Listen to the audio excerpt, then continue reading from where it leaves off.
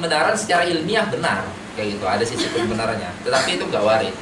Nggak warid dalam artian nggak tetap nggak mau tabar, atau bukan itu yang dimaksudkan.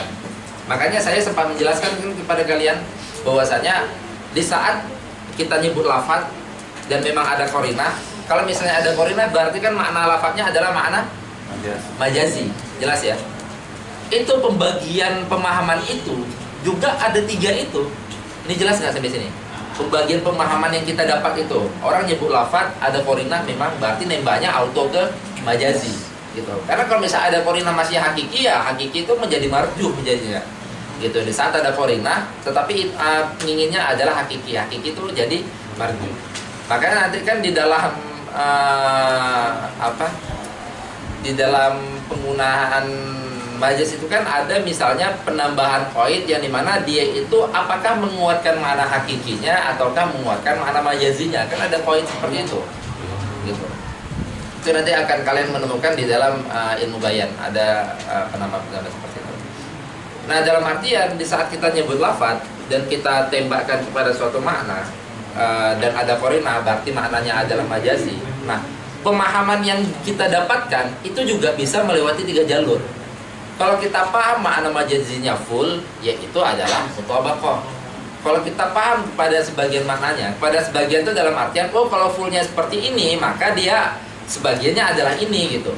Dan itu adalah makna yang warid juga dari sebagiannya, maka itu adalah makna tadammun di dalam koridor majaz. Ini jelas ya. Kalau kita memahami lazimnya, oh berarti adalah iltizam, jalur pada kita. Makanya dalalah itu dia itu nggak membahas tentang irodah.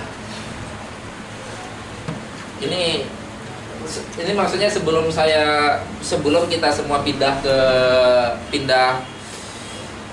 pembahasan, kan setelah ini kan kita membahas mabaisul alfaz gitu kan. Nah, sebelum kita pindah pembahasan, ini kita clearkan seclear-clearnya pembahasan ini gitu, pembahasan dalalah. Karena pembahasan dalalah itu adalah pembahasan yang semua ilmu memakainya. Karena semua ilmu itu kan menyampaikan lafaz, walaupun bukan suara, walaupun bukan ulama itu dahulu suaranya itu sampai kepada kita, bukan.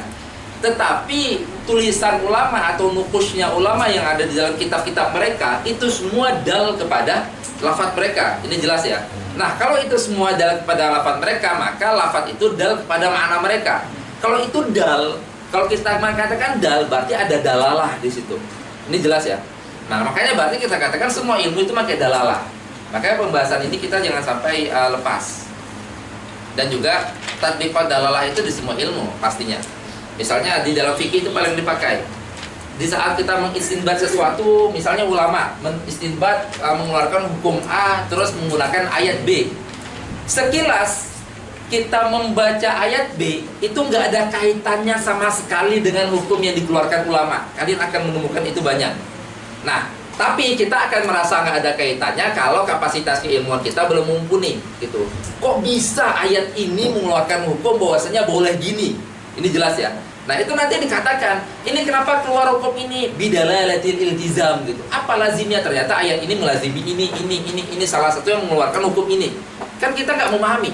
Nah, itu yang dinamakan dengan dalalah gitu. Kalau kita salah memahami, maka kita akan mengatakan atau kita mengklaim bahwasanya kalau iltizam, kan kita kalau misalnya salah memahami iltizam itu adalah memang yang warid atau yang irodah itu adalah lazimnya, kan kayak gitu. Kalau kita memahami itu majaz, jelas ya.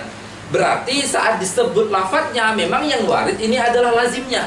Lafadz yang menjadi malzum itu nggak warid, dalam artian malzumnya nggak ada. Yang diinginkan adalah lazimnya, kan gitu.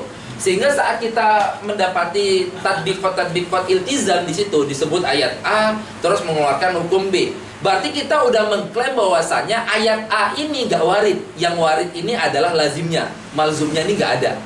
Jelas? Misalnya saat saya katakan apa lazim dari insan, kita pakai contoh lah qabilatil ilm atau contohnya adalah qabilatil sin atau sunatil kitabah. Misalnya kita pakai contoh itu. Saat orang mengatakan saya lihat insan, dia nggak lihat insan gitu. Nggak ada insan yang memang dia lihat, tetapi dia hanya menginginkan bahwasanya dia melihat sesuatu yang bisa menerima ilm, itu aja. Gitu, nggak ada insan yang dia lihat gitu. Ini paham ya? Sampai sini ya. Itu kan klaimnya itu berarti bermasalah jadinya. Kalau kita menemukan pemahaman-pemahaman seperti itu, berarti tertuntut untuk kita mendatangkan korina, dan juga tertuntut untuk kita mengatakan makna aslinya nggak warid. Karena yang diinginkan adalah ini. Kalau itu kita pahami, dia adalah najas. Ini jelas ya. Nah, saya tanbihkan bahwasanya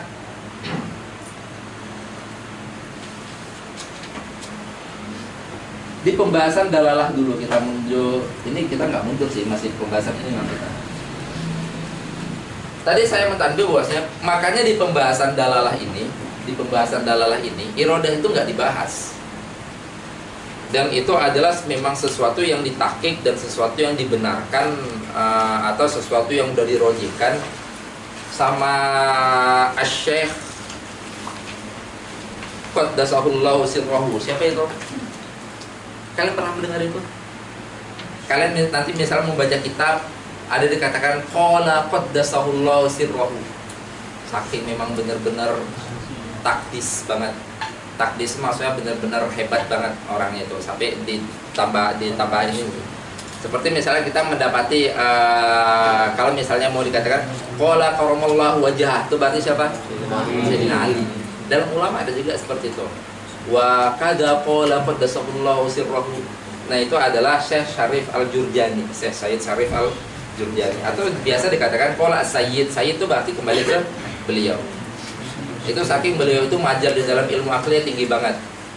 Dan yang setara-setara beliau itu ya Imam Sa'ad Sa'duddin At-Taftazani.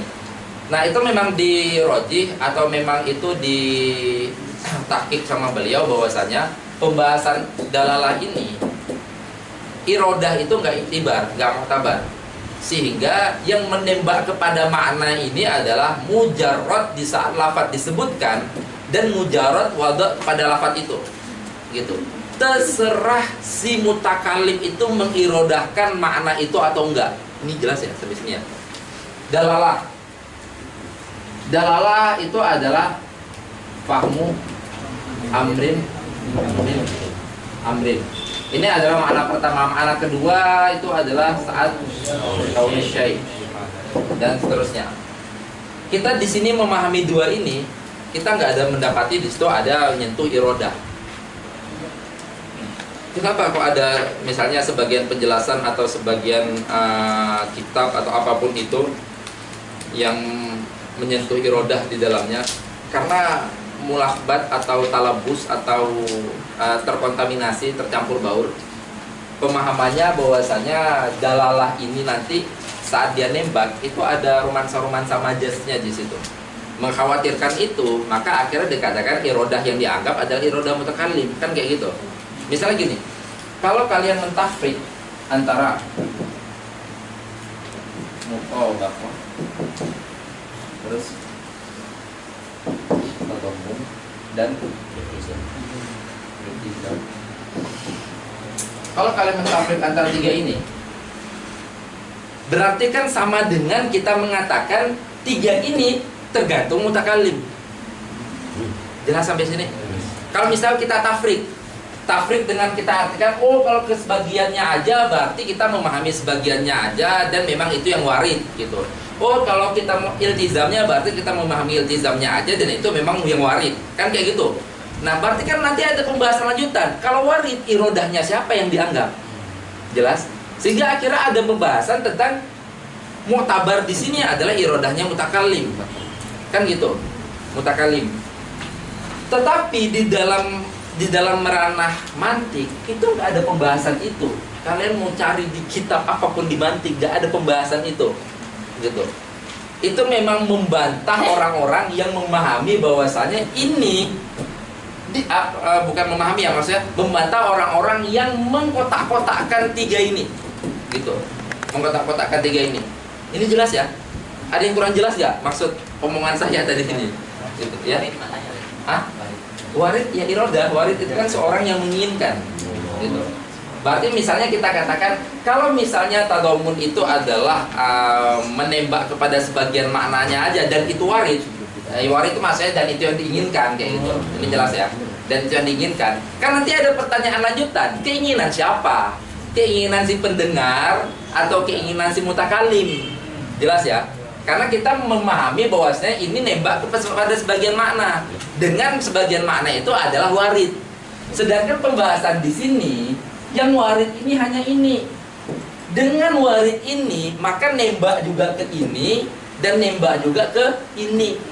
Jelas ya sampai sini ya? Sehingga saat kita memahami bahwasanya ini adalah tembakan yang tersirat daripada ini dan ini adalah tembakan yang tersirat daripada ini, maka kita nggak akan pusing-pusing mencari irodahnya siapa. Karena kenapa bisa nembak ke sini? Kenapa nembak ke sini? Kita bahas ini. Kenapa bisa nembak ke sini? Itu memang keadaan si lafaz. Dalam artian lafaz di saat udah diwadok kan kayak gitu. Berarti lafaz, udah ada lafaznya. Diwadok, berarti tempelkan kepada maknanya. Maka kapanpun lafaz itu disebut, itu akan nembak kepada maknanya gitu. Terserah si mustadalnya ini atau si mutakalamnya ini atau si mukhotobnya ini paham atau enggak peduli kita. Yang penting kapanpun itu disebut maka dia nembak kepada maknanya. Di saat udah nembak kepada maknanya maka dia akan nembak kepada dua ini kalau ada. Ini paham ya? Kalau ada itu dalam artian nanti ada lafaz memiliki makna basit. Itu sempat saya spill sedikit itu. Kalau dia basit berarti di dalam maknanya nggak ada ajza. Kalau dia nggak ada ajza berarti nggak ada bisa nembak kepada sebagiannya, gitu, paham ya? Atau ada lafaz yang tidak memiliki makna lazim. Kalau dia tidak memiliki makna lazim berarti nggak ada lazimnya. Kalau nggak ada lazimnya berarti saat lafaz itu menembak kepada fullnya mutabakohnya dia nggak nembak kepada lazim karena nggak ada lazimnya. Jelas ya? Nah, dalam artian kapan lafaz itu disebut, maka lafaz itu auto nembak ke sini. Di saat udah auto nembak di sini, kalau dia punya murakkab, kalau maknanya nih murakkab ini maksudnya ada tarkib, ada ajza, paham ya? Dan kalau maknanya ini punya lazim, maka auto juga dia nembak ke sini dan ke sini. Jelas ya? Kenapa saya memang mewanti-wanti banget kalian itu jangan terjebak di dalam romansa yang saya maksud itu? Karena itu akan menghancurkan konsep banget nanti jadinya.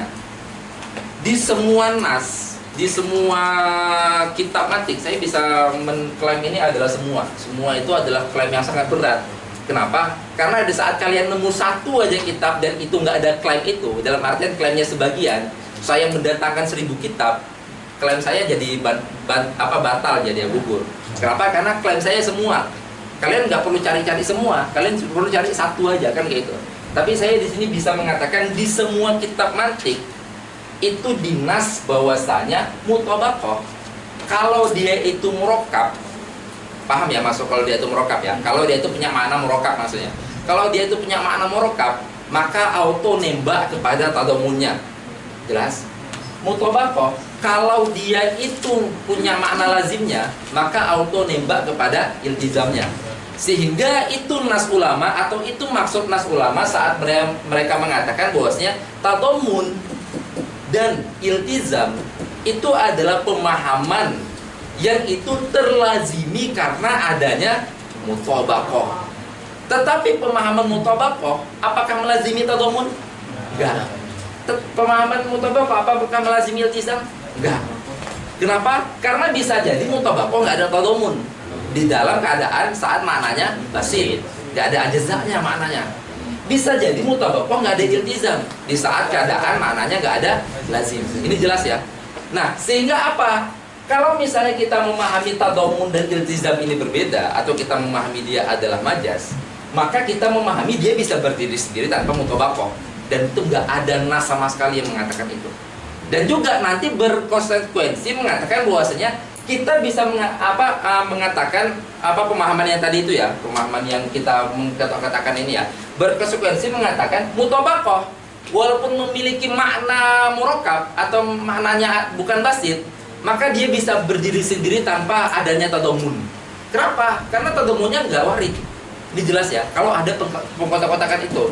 Dan yang seperti itu tuh sama sekali nggak ada ulama mantik yang menjelaskan itu.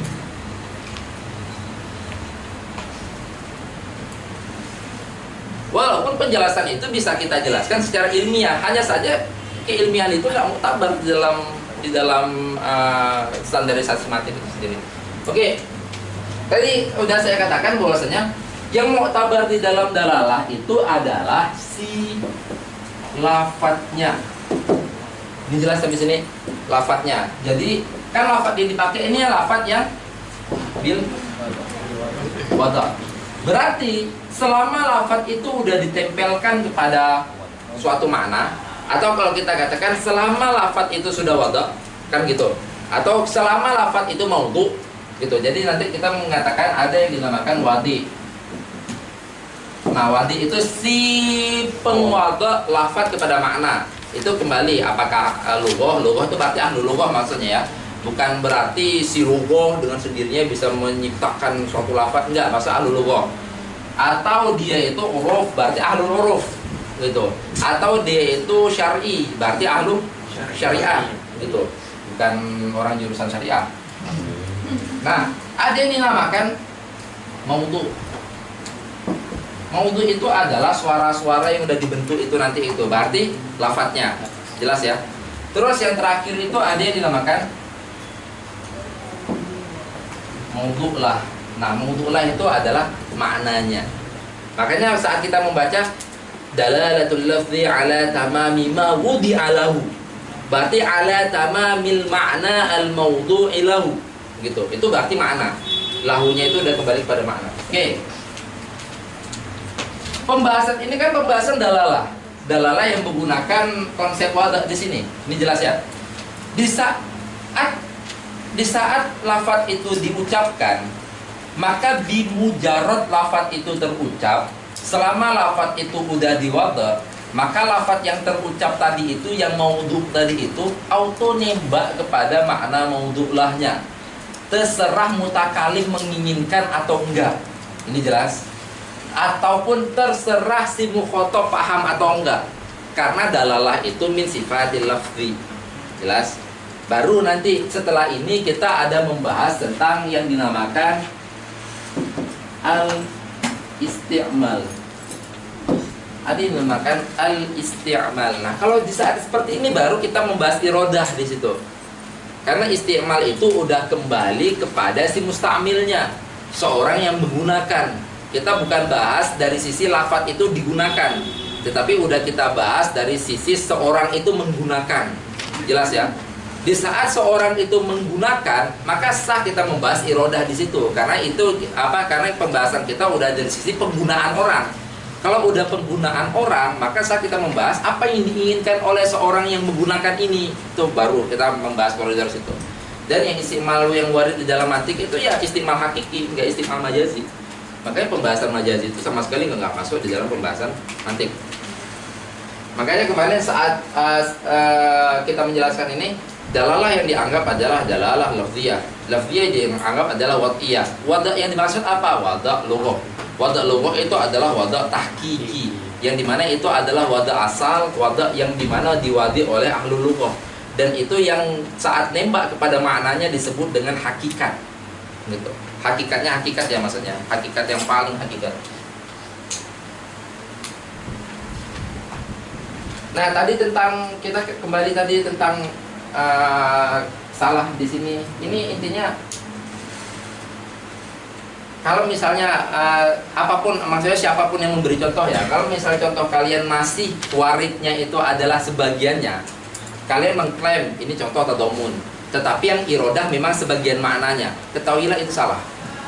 Gitu. Ini jelas ya. Ini di pertemuan sebelumnya juga udah berkali-kali saya tanbih, jangan sampai terjebak kalian memahami bahwasannya yang diirodahkan sebagian maknanya. Sebagian makna itu bukan warid, tetapi itu adalah siratan dari kita memahami keseluruhan maknanya. Ini jelas ya. Sehingga contohnya gini, kalau contoh yang zohir banget yang dipaparkan sama Syekh Habanaka di dalam kitab Dhawabitul Ma'rifahnya, itu termasuk kitab yang saya rekomendasikan banget. Kalau kalian mau mengembangkan wawasan mantik, kalian wajib beli kitab itu. Kitab Dhawabitul Ma'rifah. Cetakan mana? Cetakan Darul Qalam kalau saya nggak salah. Dhawabitul Ma'rifah. Juga kalau kalian mau mengembangkan tadqiqat itu maksudnya penjelasan mantik yang lebih dakik, itu bisa kalian khususnya di dalam ranah sulam ya, di dalam ranah sulam itu bisa kalian pakai Hasyiah Bajuri. Tahu ya Hasyiah Bajuri yang warna biru itu biasanya? Aywa Muslim dan Masya Allah. Itu dalalahnya apa itu Pak? Dalalahnya, oh ini udah di kepala saya. Ustaz. Atau kalian bisa melihat kepada Hasyiah Sobban. Ada yang punya Hasyiah Sobban? Hasyiah Sobban itu hasyiah terhadap syarahnya Malawi, syarah Imam Malawi. Syarah sogirnya ya, karena Imam Malawi itu punya syarah sogir, punya syarah kabir terhadap sulam. Itu kalau yang syarah kabirnya itu udah 11-12 dengan hasyiah, itu luar biasa banget mahal. Nah itu salah satu kitab penunjang kalau kalian itu mau memperluas pemahaman di dalam koridor sulam gitu. Beda kalau misalnya kalian mau memperluas pemahaman di koridor Isabuji, banyak syarah dan banyak hasyiahnya. Atau di koridor kitab tahdhib banyak juga syarah dan banyak hasyiahnya. Bahkan kitab Syamsiyah itu juga banyak syarah dan banyak hasyiahnya. Tadi saya mau menjelaskan apa? Contoh ya. Contoh yang dinas banget di situ. Itu contoh tatbikot ini ya, tatbikot tadomun ya.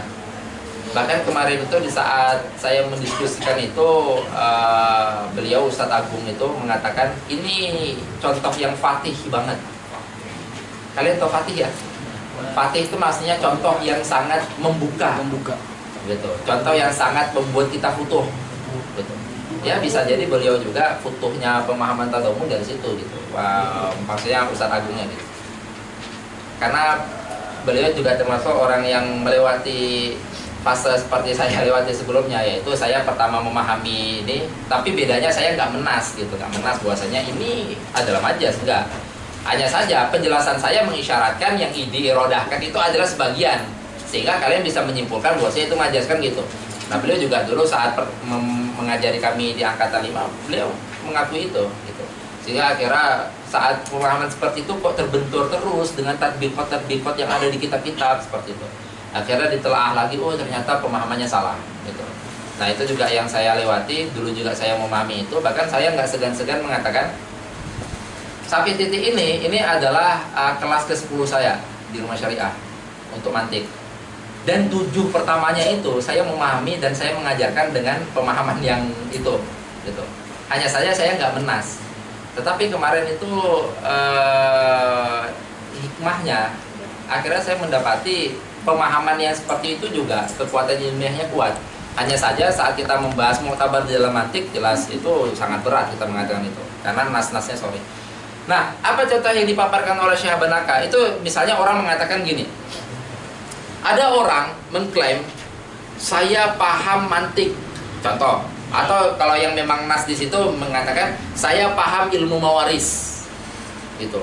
Kan dia mengatakan paham ilmu mawaris. Dan ilmu mawaris itu kan banyak bab di dalamnya, kan gitu kan. Terus akhirnya saat orang ngomong kayak gitu, kita menanyakan, coba oke, kalau kamu paham ilmu mawaris, coba jelasin dong tentang jad ma'al ikhwah. Jelas ya sampai sini ya. Terus dia mengatakan, oh kalau itu saya nggak paham. Loh, tadi katanya paham ilmu mawaris, gitu. Kalau kamu mengatakan paham ilmu mawaris, maka secara tadomun kami juga bisa memahami bahwa kamu paham juga dengan bab ini. Karena bab ini masuk kepada sebagian daripada keseluruhan pemahaman yang kamu dakwakan itu. Jelas ya? Nah itu kan tadomun gitu. Dalam artian dia nggak mewariskan sebagian ini gitu. Nah sehingga kalau misalnya di contoh kemarin, contoh siapapun itu ya di tugas kemarin itu, kalau misalnya kalian memberi contoh dan masih ada romansa yang diirodahkan itu sebagiannya, dalam artian fullnya ini memang nggak murad, kan kayak gitu. Atau masih ada romansa yang diirodahkan itu adalah lazimnya, dalam artian malzumnya nggak murad, ketahuilah itu salah. Jelas ya sampai sini ya. Saya nggak perlu mengatakan bahwasanya ini adalah jawaban si A, si B, nggak perlu. Tapi dalam artian saya menemukan ada romansa itu di beberapa contoh yang kalian bawa.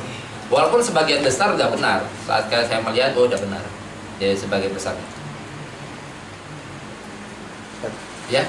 Kalau moto bakia itu kalau merokat dia bisa jadi ini, bisa jadi pasal, bisa jadi tadomun. Kalau dia punya sifat lazim jadi iltizam. Terus kemudian tadomun ini berarti sifatnya subjektivitas kan? Bisa gimana? Maksudnya Bentar. Iqbal sering baca kitab ilmu mantiknya Ustaz Nana ya? iya. Ah? Ada. Oh iya. Soalnya setiap ini ada ininya, ada istilahnya. Dia gimana? Memang Saat mengistilahkan dalalah apa kemarin yang Iqbal bilang? signification. Wah, signification. Saya nggak tahu gitu-gitu. Bahasa mahasiswanya lah. Oh, pasti saya nggak mahasiswa dong. Kelas sedikit lah. Siap. Oke, gimana? Subjektivitas tadi maksudnya gimana? Ya maksudnya ketika kalau yang Anda pahami tadi kan antum bilang ketika rumah saya bocor, itu antum anggap sebagai majas. Tapi Ya. kalau misalkan tadi Saya kan antum keliru. bilang yang yuktabar di sini itu yang irodah mutakalim. Irodah mutakalim, kalau misalkan saya Yang mengirodahkannya bentar. Yang saya bilang yang mu'tabar di sini irodah mutakalim. ya, irodah mutakalim lafzulnya itu.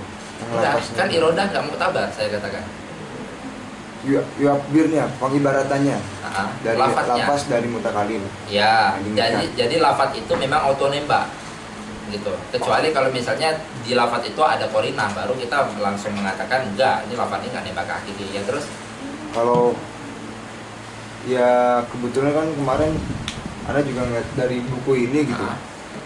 Kalau jadi perbandingannya gimana Ustaz, antara membedakannya itu tadi sih.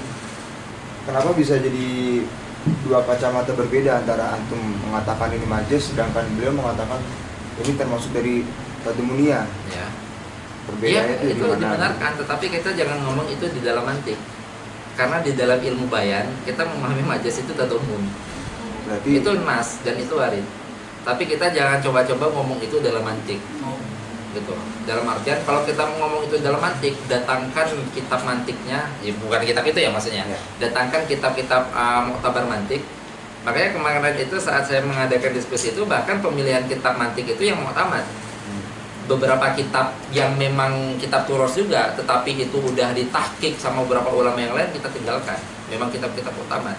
Kita datangkan syarah dan hawasinya Sulam, syarah dan hawasinya Sabuji, syarah hawasinya Tahdhib, dan terakhir itu Syamsiyah. Memang nggak ada nas tentang itu.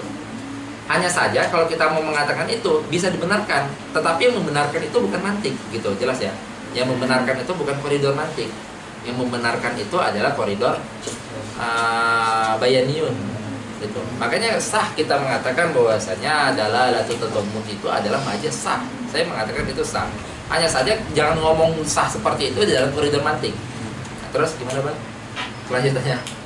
berarti kalau misalkan saya Yang bilang rumah tadi, ya, rumah saya bocor. itu kan salah satu contoh dari buku ini kan? Ya. Kalau misalkan saya bilang Tapi yang dimaksud atapnya gitu ya, kan. berarti contoh buku ini salah. Bener apa enggak?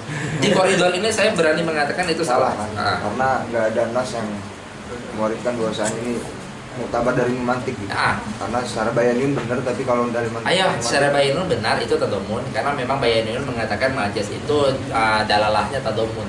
Kenapa? Nah, pemahaman itu nanti bisa, ya intinya kalau kalian minta referensi, saya sangat terbuka untuk mendatangkan referensi. Tapi kan nggak mungkin saya datangkan di majal ini gitu. Di majal apa maksudnya, di majal umum kayak gini gitu. Karena nggak semuanya membutuhkan itu, kan gitu. Nah, pemahaman seperti itu, pertama, itu memang udah dibantah banget dengan Imam Sa'duddin di dalam syarah Syamsiyahnya, gitu. Dalam artian, kalau pemahaman tadamun seperti itu, maka nanti kita memahami tadamun bisa berdiri tanpa mutabakoh. Paham ya? Persis contoh itu, ada mutabakohnya nggak saat dia nyebut rumah? Nggak ada. enggak. Yang dia sebut hanya atapnya aja. Nah, berarti kan itu tadamun berdiri tanpa mutabakoh. Langsung dibantah di situ. Ada nasnya sorry banget, gitu.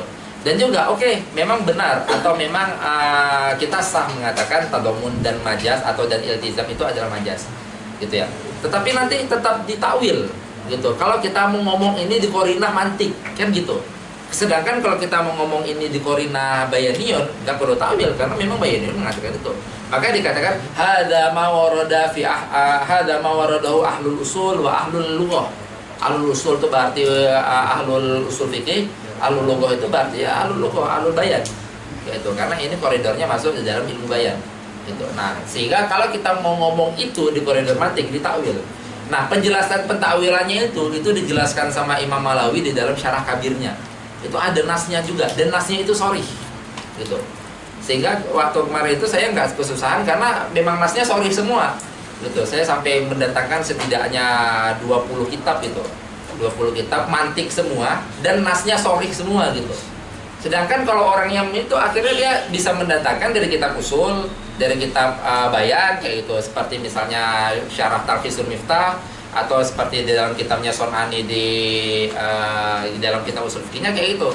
Dia nggak akan pernah bisa mendatangkan di koridor mantik. Gitu. Maka saya berani mengatakan tadi saat saya mengatakan kalian bisa melihat di semua kitab mantik, kalian nggak menemukan itu. Gitu. Itu kalau kita ranahnya udah ilmiah ya, itu ilmiah dengan mendatangkan itu. Kalau pembahasan korina itu dibahas di kitab apa sih? Yang tentang korina. Korina? Yang Ya di dalam tadi kitab itu. Majas, di dalam kitab bayan. Oh, Gitu kan gini jadinya. Kalau misalnya itu berarti memang contoh, saya belum pernah baca kitab itu ya, itu berarti memang contoh di kitab itu seperti itu. Iya. Nah, kalau contoh di kitab itu seperti itu, berarti kan dia berdiri sendiri tanpa mutobakoh jadinya. Memang rumah itu nggak ada. Di dalam penyebutan lafaz dia saat dia nyebut rumah, rumahnya bukan rumah asli, melainkan atapnya aja kan gitu. Berarti sama dengan mendakwakan tadomun tanpa berdirinya si mutobakoh. Gitu. Di dalam mantik ini dibatalkan. Kenapa? Karena setiap tadomun itu melazimi mutobakoh. Berarti dia itu ada mutobakohnya. Ini jelas ya.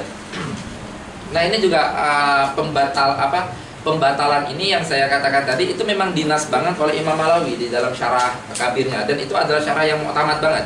Jangankan kabirnya, sogirnya aja mu'tamad banget di dalam syarah beliau. Terus akhirnya nanti tertuntut juga kalau seperti itu kita tertuntut mendatangkan korinah kalau kita menginginkan ini gitu. Dan pembahasan korinah kalian cari nggak ada sama sekali di dalam kitab-kitab mantik. Tapi kalau rumah bocor itu kita datangkan mutabakohnya, rumah itu tersusun dari atap, tembok. Gimana kalian Nggak, bisa memahami maksudnya- rumah bocor mutabakoh? Hah? Kalian bisa memahami rumah bocor? Enggak, Sat. Kan kita nyebutnya dia tedemun, tapi makna mutabakohnya tetap ada gitu. Maksudnya rumah itu tuh ya terdiri dari atapnya, temboknya, segala Oke. macam. Dan kita sebutkan rumah yang bocor itu Ada rumah atapnya. atapnya Kan akhirnya hilang tadomunnya. tadumnya hilang. Nah, jadi gini, dalam konsep musnad, al-musnad, mustad ilaih sama musnad, ini kan ada konsepnya sendiri. Di saat kata-kata rumah saya bocor, bocornya ini nempel kemana? Kan kayak gitu. Ini kan ada konsepnya, gitu. Sehingga akhirnya kita katakan kemusnatan ini nggak tempel kepada kekuliahan musnad ilaihnya, melainkan nempel kepada makna sebagiannya. Ini kan ada konsepnya di sini. Sehingga itu sama sekali kita nggak bisa mengatakan di saat contohnya seperti itu ya, ini adalah mutobakoh. Kenapa? Karena musnadnya nempelnya kepada sebagian makna si musnad ilaih. Gitu kan gitu. Jadi kan koridor seperti ini. Nah, penempelan seperti ini membutuhkan yang namanya korinah. Karena al-aslu fil musnad ini nempelnya kepada yang fullnya. Gitu. Saat kita mengatakan Zaidun insan, keinsanannya itu lebih am, karena dia lebih am, maka penempelan insan kepada Zaidun itu berarti dia itu nempel kepada fullnya si Zaid. Kan jelas ya sampai sini ya. Nah itu koridor-koridor itu.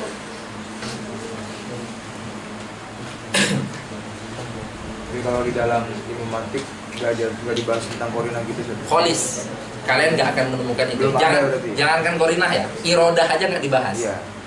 Gitu. Itu kholis nggak ada. Itu hanya ada di dalam ilmu bayan bahasa ini. Kalau iroda berarti tempatnya itu di hati, Sir.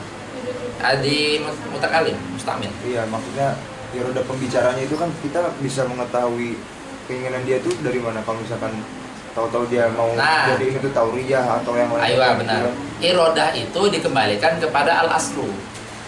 Jadi orang ngomong, kita memahami irodahnya, al-aslunya, filafatnya apa?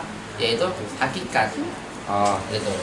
Jadi nggak bisa seorang mutakalim mengklaim saya ngomong A, tetapi dia mengatakan oh enggak, irodah saya A ini maksudnya ini, bukan makna hakikatnya.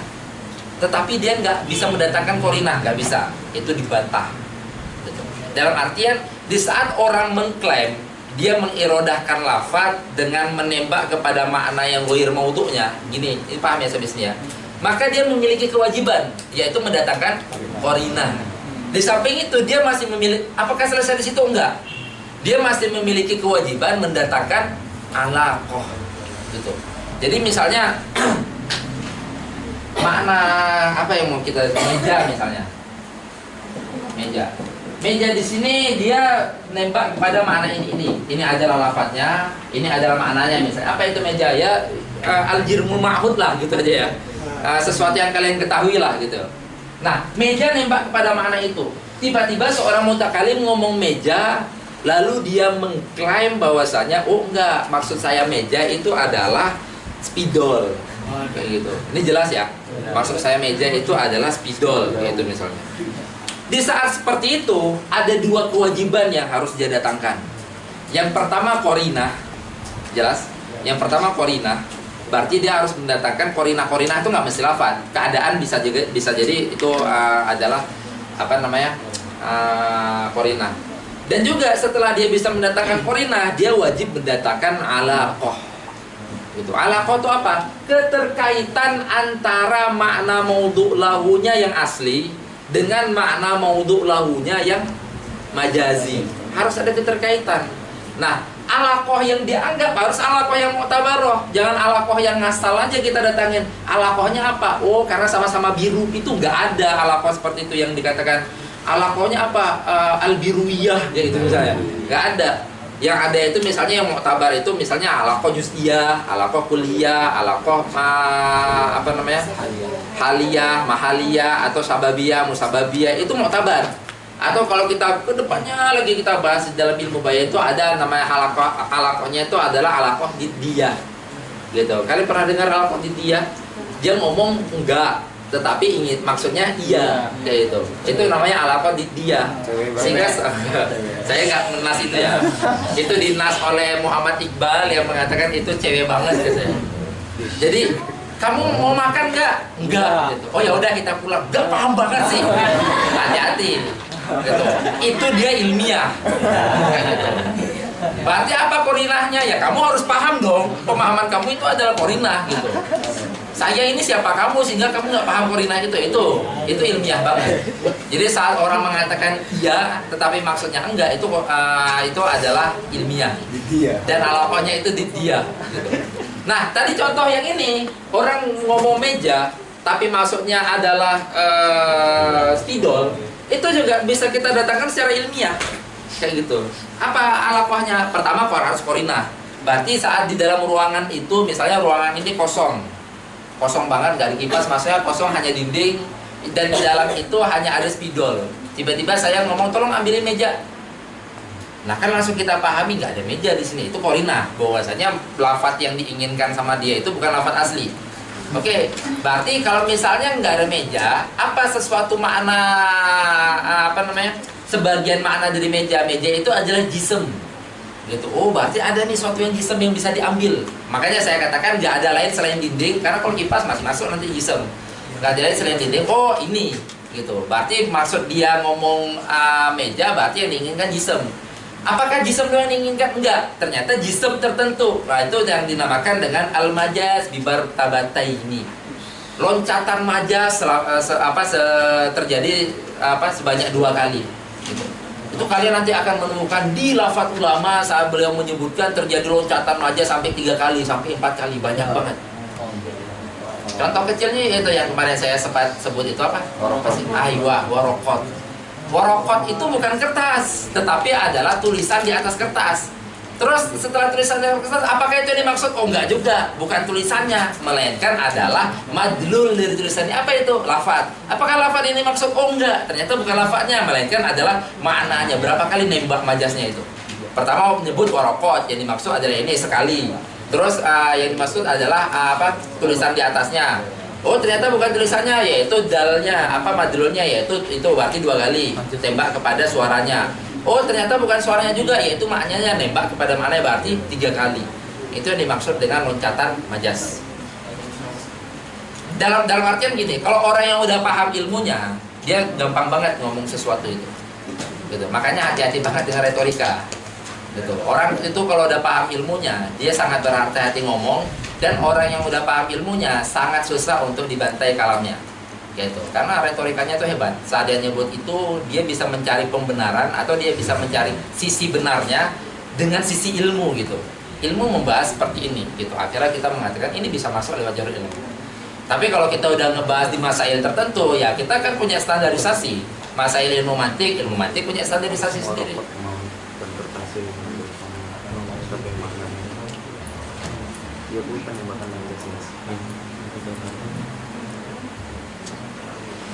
Oke, ada soal yang lain?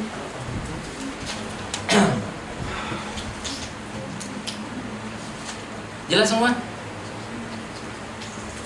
Udah 1 jam lebih ya, akhir berarti kita nggak jadi masuk pembahasan apa. Jadi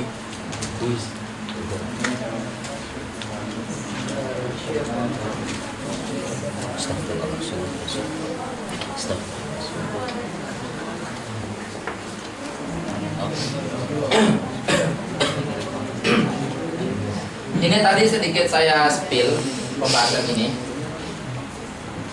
agar kalian nggak mencampur adukan pembahasan ini. Karena keautentikan dalalah itu adalah lafadznya. Kita nggak membahas irodah di dalamnya. Ini jelas ya. Jadi dalalah itu dia itu di saat suatu lafadz terucap, maka lafadz ini melazimi orang memahami madlulnya. Terserah orang paham atau enggak. Itu adalah definisi kedua. Terus selanjutnya pembahasan kita adalah membahas tentang keautentikan ini. Ini pembahasan penutup ini.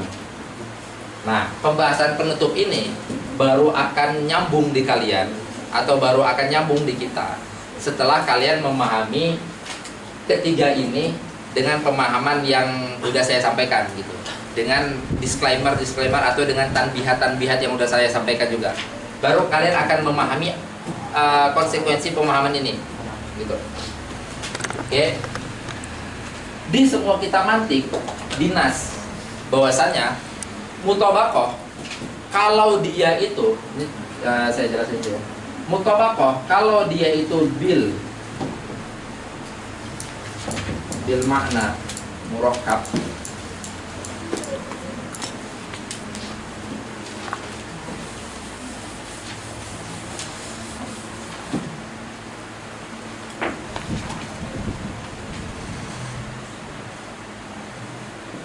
walahu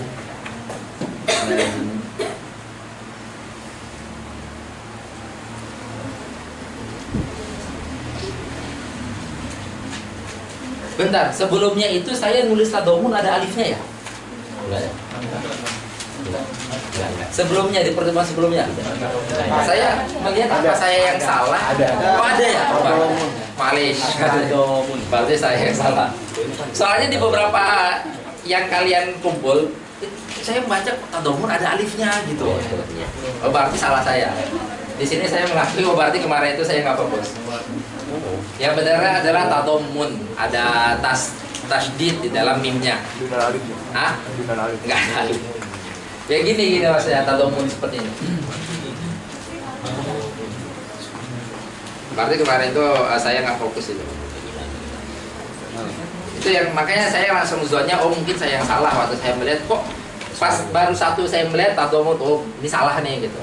Terus saya lihat kedua, kok ada alifnya lagi? Sampai berapa orang? Kok ada alifnya semua? Oh ini berarti kesalahannya ada di saya ini, bukan di kalian. Karena kalian akan menangkal apa yang ada di papan tulis kan gitu. Kecuali kalau kalian langsung melihat ke dalam kitabnya baru. Walaupun ada beberapa nggak pakai alif, karena dia tuh waktu itu korinahnya oh berarti beliau salah gitu. Maksudnya lagi nggak fokus atau apa gitu. Oke, mutabakoh itu kalau dia itu memiliki makna murakkab, kita belum bahas makna murakkab itu apa ya. Tapi saya udah kasih kisi-kisi sedikit.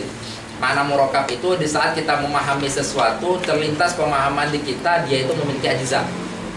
Karena yang membangun dia itu beberapa komponen yang membangun dia. Gitu seperti insan. Wah, insan itu banyak banget ajza dalam maknanya. Gitu. Insan ini punya kelaziman ini, kemampuan ini, kemampuan ini. Akhirnya segala kemampuan itu di satu titik kan menjadi natikiyah.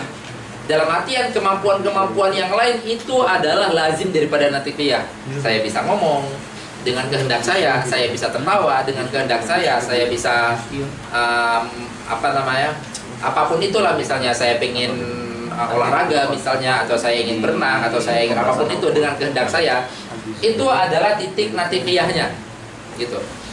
Kita bisa seperti itu semua karena kita memiliki natifiyah. Saya bisa menulis, saya bisa mencerna, saya bisa mentelaah sesuatu. Oke. Dan saya adalah sesuatu yang memiliki kehayawaniahan, dalam artian saya itu adalah jism yang bisa berkembang, dan saya bisa mengindra. Itu yang dinamakan dengan hassas. Maka nanti hayawan itu apa? Hayawan itu adalah jismun nami hassas. Hassas itu bisa mengindra, bisa merasa.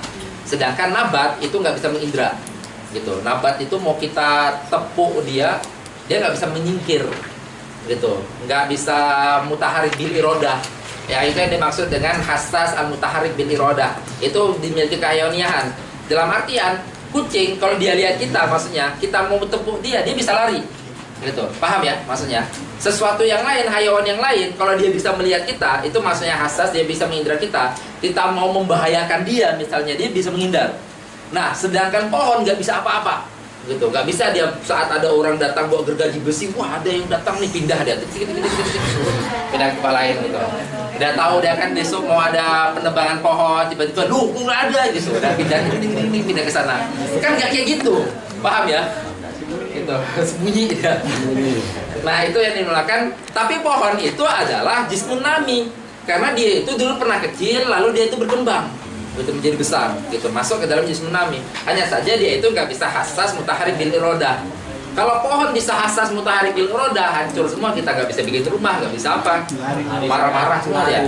Kayak yang ada di Lord of the Ring itu tuh kalian. Perang dia melawan, udah lupa saya itu. Nah, mutobaqah itu kalau dia itu murakkab, nah tadi paham ya, murakkab itu adalah maknanya murakkab, berarti nggak basit. Kalau basit itu berarti dia nggak terdiri dari komponen apapun gitu, dia hanya terdiri dari suatu komponen apa yang menyebabkan sesuatu itu basit, karena dia itu nggak ada jins. Dikarenakan dia nggak ada jins, sehingga akhirnya dia nggak membutuhkan fasal, sehingga definisi dia itu tunggal gitu. Paham ya? Kan? Contohnya itu kemarin saat saya mengatakan apa paling atas kemarin itu jauhar. Tapi yang dikatakan murakkab atau basit itu makna ya, pengetahuan kita terhadap dia ya, bukan saat kita mendefinisikan dia, itu beda. Jadi nanti saat kita, loh katanya jauhar itu basit, kok definisinya adalah maqoma binafsi, itu ada berapa ajza itu bukan definisi, itu bukan makna maksudnya, itu bukan makna. Itu adalah suatu lafaz yang kita datangkan untuk akhirnya kita bisa memahami makna dia. Sehingga akhirnya saat kita memahami maqoma binafsi, itu akan kita memahami sesuatu yang memang nggak ada jin sama sekali, dan dia saat nggak ada jin dia nggak membutuhkan fasal. Ini jelas ya, itu yang dinamakan dengan basit. Nah, sesuatu yang basit itu nggak akan memiliki tadamun, karena dia nggak mungkin kita memahami, oh jauhar berarti gini dong, nggak ada, karena jauhar itu tunggal, ini jelas ya. Atau sesuatu yang nggak ada lazimnya, ini yang paling susah banget nih cari sesuatu yang nggak ada lazim. Bahkan teorinya ada, contohnya nanti nggak ada, gitu. Contohnya sesuatu yang nggak ada lazim itu susah banget. Makanya sampai dikatakan sama Imam Fakhruddin Ar-Razi, walaupun ini ditahqiq habis-habisan sama imam ulama-ulama yang lain, beliau mengatakan bahwasanya mutabaqah ini melazimi iltizam. Bukan iltizam melazimi mutabaqah. Kalau iltizam melazimi mutabaqah auto, kan gitu. Tetapi beliau mengatakan mutabaqah itu melazimi iltizam. Semua sesuatu pasti ada lazimnya. Paham sampai sini? Minimal kelaziman bahwasanya sesuatu itu bukan sesuatu yang lain. Paham sampai sini? Ada yang kurang jelas gak maksudnya? Makanya beliau nanti mengatakan seperti itu. Segala sesuatu dikatakan, segala sesuatu apapun itu pasti ada lazimnya. Kan nanti kita tanya, masa sih gitu? Minimal kelaziman bahwasanya sesuatu yang dimaksud tadi itu bukan sesuatu selain sesuatu itu. Paham? Makanya maksudnya adalah mughayyarahnya itu. Minimal minimal taghayyurihi bil akhar gitu. Taghayyurnya atau perbedaan dia dengan yang lain itu kelaziman. Makanya kan kita kemarin mendapati contoh lazim bima'anal a'am. Apa itu? yaitu kamughayaratul insan bil faros. Itu kan kelaziman, tetapi itu lazim yang nggak dimaksud, apa yang nggak mu'tabar. Maka nanti dibantah. Oke, kalau kita memahami kelaziman sesuatu yang dimana dia bukan sesuatu selainnya, kan kayak gitu, itu adalah kelaziman bima'nal a'am. Dan lazim bima'nal a'am itu nggak mu'tabar. Berarti ada sesuatu yang tidak memiliki lazim bima'nal akhos. Gitu. Apa contohnya? Nggak usah dikasih contoh, yang penting ada aja. Gitu. Oke, tadi sampai sini. Mutabaqah itu selama maknanya murakkab, paham? Maka dia melazimi pasti ada tadamunnya. Jelas? Sehingga di saat kita mengklaim ini tadamun, maka melazimi oh berarti ada mutabaqahnya, kan kayak gitu. Dan juga mutabaqah itu selama maknanya ada lazimnya, maka dia juga melazimi pasti ada lazimnya. Kan gitu. Sehingga saat kita mendapati oh ini makna lazimnya, oh berarti ada mutabaqahnya. Sehingga nggak bisa lazim ini berdiri sendiri. Kalau lazim ini berdiri sendiri, maka kan malzumnya nggak warid. Jelas? Kalau lazim ini tiba-tiba ada sendiri, berarti kan malzumnya nggak warid. Oh, itu nggak bisa. Atau kalau tadamunnya ini berdiri sendiri, berarti kan fullnya mutabaqahnya nggak warid. Tamamu mawudi alahunya nggak warid, kan gitu. Oh itu nggak bisa. Gitu. Makanya dikatakan mutabaqah ini selama maknanya murakkab, maka dia melazimi pasti memiliki tadamun. Selama dia ada lazimnya, maka melazimi pasti memiliki iltizam. Sehingga keberadaan mereka berdua, iltizam dan tadamun, itu sesuatu yang keberadaannya terlazimi karena adanya mutabaqah. Jelas ya sampai sini ya? Ada yang kurang jelas? Sehingga di saat mutabaqah nih kita nggak tahu apakah dia memiliki lazim ataukah dia ini memiliki murakkab. Kita nggak bisa mengatakan dia melazimi tadamun. Enggak, lihat dulu dia murakkab atau enggak. Kalau dia itu basit, maka dia nggak ada tadamunnya. Dalam artian kalau dia basit, dia nggak melazimi tadamun. Juga kita nggak bisa mengatakan dia melazimi iltizam. Lihat dulu dia ada lazim atau enggak. Sehingga saat dia itu maknanya nggak memiliki lazim, kita nggak bisa Kita nggak bisa mengatakan dia ada iltizamnya gitu. Oke, sampai titik ini ada yang kurang jelas. Sehingga akhirnya kemungkinan dalalah yang dimiliki oleh suatu lafaz itu ada 4 jadinya. Kemungkinan pertama, imma suatu lafaz itu memiliki dalalah mutabaqah plus tadammun plus iltizam. Jelas ya maksud yang di sini ya? Suatu lafaz itu memiliki dalalah mutabaqah plus tadammun plus iltizam. Contohnya lafaz apa? Bukan, maksudnya contohnya lafaz di mana gitu. Yaitu lafaz yang memiliki makna murakkab dan memiliki lazim. Maknanya ya maksudnya ya. Lafaz yang memiliki makna murakkab dan memiliki lazim. Jelas?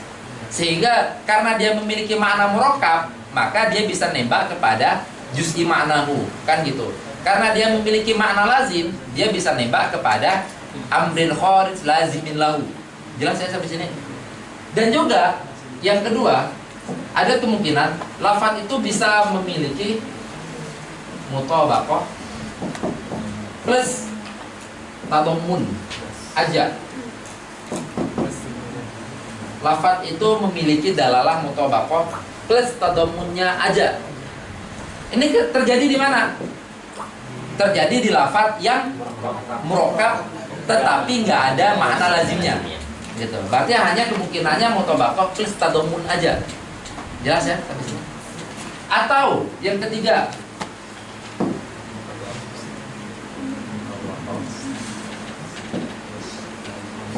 mutabaqah plus iltizam aja. Ini terjadi di mana? Di lafaz yang maknanya basit tetapi memiliki lazim, gitu. Dan kemungkinan keempat itu hanya mutabaqahnya aja. Ini terjadi di mana? Lafaz yang memiliki makna basit dan tidak memiliki makna lazim. Sehingga saat disebut oh ya kita pahami langsung mutabaqah full gitu. Enggak ada makna lazimnya. Yang keempat apa? Hah? Yang keempat mutabaqah aja. Enggak, maksudnya dia terjadi di lafaz yang memiliki makna basit dan tidak memiliki makna lazim. Tadi ini apa sih? Hah? 4 kemungkinan. 4 kemungkinan dalalah yang bisa disampaikan oleh lafadz. Imma dia memiliki ketiga dalalah sekaligus, berarti lafadznya ini memiliki makna murakkab dan memiliki makna lazim. Imma dia memiliki dalalah hanya mutabaqah dan tadammunnya aja, berarti ini adalah lafadz yang memiliki makna murakkab tetapi tidak memiliki makna lazim. Dan juga imma dia itu memiliki dalalah mutabaqah dan iltizam aja, berarti ini adalah makna yang basit dan memiliki makna lazim. Imma mutabaqahnya aja, yaitu makna yang basit tapi tidak memiliki makna lazim. Oke. Kita belum mempelajari nisbah ya, sehingga saya nggak bisa memahamkan nisbah. Berarti gimana? April kan? Oke. Tadi kan saya bilang apa? Semua itu ada lazimnya gitu. Semua ada. Oh, itu minimal melazimi bukan dia gitu. Terus di sini ada yang nggak punya lazim. kan tadi saya katakan itu adalah kaul yang ditahqiq. Nah, al-imam, jadi al-imam itu kalau di dalam akliyat saat disebutkan waqala al-imam itu langsung didirikan ke Imam Fakhruddin Ar-Razi. Makanya kemarin kan ditafrik saat kita memahami tasdik itu apa? Tasdik itu apakah dia itu keseluruhan tasawuratnya itu ataukah dia itu sendiri, sedangkan yang 3 lainnya itu adalah syaratnya. Itu kan perbedaan antara siapa? Yaitu al-imam sama al-fuqaha. Yaitu. Nah, Imam Fakhruddin Ar-Razi walaupun pendapat itu langsung ditahqiq sama ulama-ulama mantik setelahnya, beliau mengatakan, Imam Fakhruddin Ar-Razi itu mengatakan bahwasanya semua makna itu memiliki lazim maknanya, maksudnya paham ya? Semua makna. Yang pasti pertama semua makna memiliki mutabaqah selama dia udah diwada, paham? Kalau kita udah mengatakan lafadz ini udah nempel kepada wada makna ini, berarti dia memiliki mutabaqah. Terserah dia itu basit atau enggak basit, paham ya? Tetapi dia mengatakan bahwasanya semua mutabaqah itu pasti memiliki lazim. Atau dalam artian semua mutabaqah memiliki dalalah iltizam. Paham ya? Kan nanti kita tanya apa gitu. Minimal bahwasanya makna dia itu bukan selain makna yang lainnya gitu. Paham? Dalam artian minimal makna dia itu berbeda dengan yang lainnya. Kan gitu. Itu kan kelaziman yang didapat. Nah, itu nanti ditahqiq. Oke, kita mengatakan itu kelaziman yang didapat, hanya saja itu adalah lazim bimakna a'am. Sedangkan lazim bimakna a'am itu enggak mu'tabar di dalam mantik. Yang mu'tabar itu hanya lazim bimakna akhas. Karena kita kalau mau mengetahui perbedaan sesuatu dengan yang lainnya, itu mewajibkan kita mentasawurkan sesuatu itu dan sesuatu yang lainnya juga. Gitu, sehingga akhirnya kita mendapati kelazimannya. Itu yang dinamakan makna a'am. Sedangkan makna akhas itu cukup kita mentasawurkan dia aja, langsung kita dapat kelaziman sesuatu yang lainnya itu tadi itu. Kelazimannya plus tasawur yang lainnya ini tadi. Makanya contohnya itu apa? Kalau zumi tahayyuz lil jirm. Saat kita mencontohkan sesuatu, ambilin ini dong, ambilin spidol dong gitu. Itu langsung kita spidol yang di sini. Saat kita memahami yang di sini aja, kita memahami bahwasanya berarti itu adalah sesuatu yang menempati ruang, yaitu dimanapun itu. Menempati ruang. Makanya saya nggak menggunakan diksi tempat, karena kalau tempat itu kita nanti sempit ini kita pemahaman kita. Tempat itu kita hanya membatasi di atas meja, sehingga kalau dia lagi ngambang-ngambang di tengah angkasa itu nggak tempat kita katakan. Itu masih tempat. Kita dalam artian itu masih ruang. Oke, kita belum menjelaskan nisbah, jadi saya jelasin nisbahnya ini sulit. Kalian paham, ngerti ya? Ada yang dinamakan umum khusus muwajihin. Ada yang nggak paham? Coba angkat tangan dulu. Ada yang nggak paham nggak? Alfa paham nggak umum khusus muwajihin? Oke, saya bisa paham. Yang lain? Udah, berarti nggak usah jelasin. Nanti aja saat kita udah membahas umum khusus muwajihin, nggak masalah kita tembak lagi di sini. Nanti ada pembagian nisbahnya. Apa nisbah antara yang pertama sama yang kedua? Atau apa nisbah antara mutabaqah sama tadamun? Apa nisbah antara tadamun dan iltizam? Apa nisbah antara iltizam dan mutabaqah? Itu menuntut kita memahami umum khusus muwajihin. Dan itu baru kita akan bahas setelah membahas nisbatul lafzi lil ma'ani.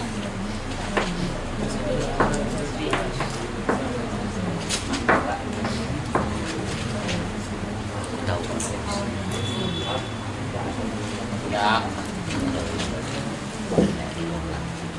Oke, sebelum kita lanjut baca kitab ada pertanyaan?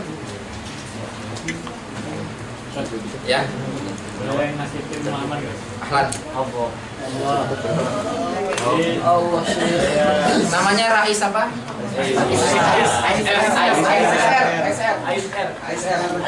Rais Mustafa ya namanya? Aistofa.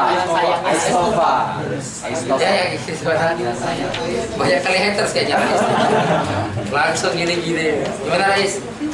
Jadi ya misalnya ini kataannya atap rumah anak atap anak bocor. Nah, Berarti tadomunnya tuh anak memahami makna tersirat dari tadi atap atau rumah? atap. Ah, Eh, terserahnya apa? apa ada makna tersirat bahwa saya yang bocor itu adalah sesuatu yang keras gitu. Bentar. Tergantung nanti Rais mendefinisikan atap itu apa. Oh, berarti atapnya berlubang nih misalnya. Ya. Atau pokoknya apapun itulah. Yang penting atap yang kita pahami di situ ya memang atap. Itu bukan pakunya atap, Ya. bukan merahnya atap, bukan kan kadang kan atap merah kan. Atau bukan pokoknya kayak gitu. Itu bisa. Tadum. Nah, kalau kita memahami oh berarti ininya nih gitu. Apanya lah misalnya. Bagian ya misalkan atap itu ada yang atap kecil-kecil gitu kan. Di Jawa itu sering pakai atap genteng biasa dibilang gitu. Kalau kita di Sumatera itu biasanya pakai seng. Gitu. Seng itu yang besi-besi itu besi aluminium. Apalagi kalau di Aceh itu seringnya aluminium kan. Makanya dulu itu saat tsunami itu, wah kok jadi cerita ya. Berarti tadomun itu gini Dad, ketika saya berkata saya paham semua nahu, sudah saya kuasai, terus dia bilang coba jelaskan bab tanazu. Oh itu kelewatan, belum belajar gitu. Berarti tanazu ini tadi tadomun. Iya, pemahaman tadomun yang dipahami sama Buddha. Memang contoh Langsung praktek. kita bantah lagi, lo katanya paham semua nahu. Kan tanazu itu bagian dari nahu kayak gitu. Iya. Sebagiannya aja kamu nggak paham, gimana dengan semuanya? Bisa kita bantai lagi kayak gitu. Dalam artian saya memahami kamu bisa apa? Saya memahami bahwasanya kamu paham tanazu itu lewat kamu ngomong tadi kamu paham semua nahu. Tapi lewat jalur mana? Lewat jalur tadomun. Dalam artian saya nggak memahami bahwasanya kamu hanya paham tanazu doang. Paham ya? Karena kalau misalnya dia ngomong, saya paham semua nahu. Saya memahami, oh berarti pahamnya tanazu doang. Nah, itu berarti yang saya pahami adalah makna majazi yang saya pahami. Padahal yang dia ngomong enggak kayak gitu. Pemahaman itu majazi atau tadomun? Memang Enggak lah, kan kalau misalnya dalalah itu enggak kembali kepada omongan. Apa enggak kembali kepada si pengomongnya ini tadi, orang yang ngomong. Kembali kepada lafadznya itu. Oh, lafaznya. Dari lafadz yang dia sebut aja udah nembak kepada semua makna itu. Maka nanti di dalam qawaid fikih itu, ada kata-kata al-aslu al-haqiqah. Asli dalam suatu lafadz itu hakikat.